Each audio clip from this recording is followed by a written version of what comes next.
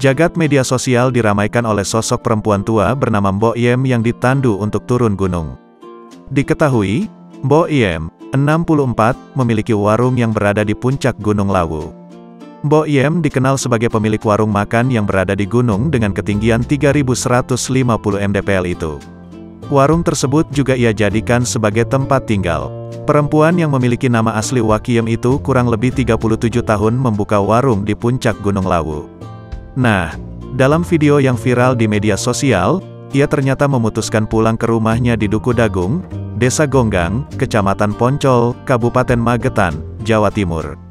Untuk menempuh warung makan tertinggi ini, diperlukan waktu pendakian sekitar 6-7 jam via Candi Ceto, Kabupaten Karanganyar, Jawa Tengah.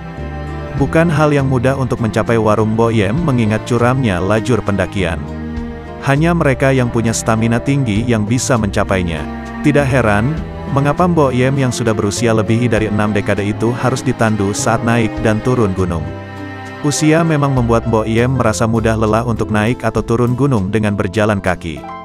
Tentu saja video Mbok Yem yang turun atau naik gunung dengan tandu setahun sekali itu pun lagi-lagi viral. Di salah satu akun Instagram, Mbok Yem saat ini sudah turun ke rumahnya untuk menyambut Lebaran. Mbok Yem turun gunung hari ini, Rabu tanggal 27 April tahun 2022 untuk berlebaran dengan keluarga di rumah. Buat teman-teman yang mau mendaki Lawu, tetap semangat karena warungnya Mbok Yem tetap buka dilayani Mas Muis, ujar akun itu.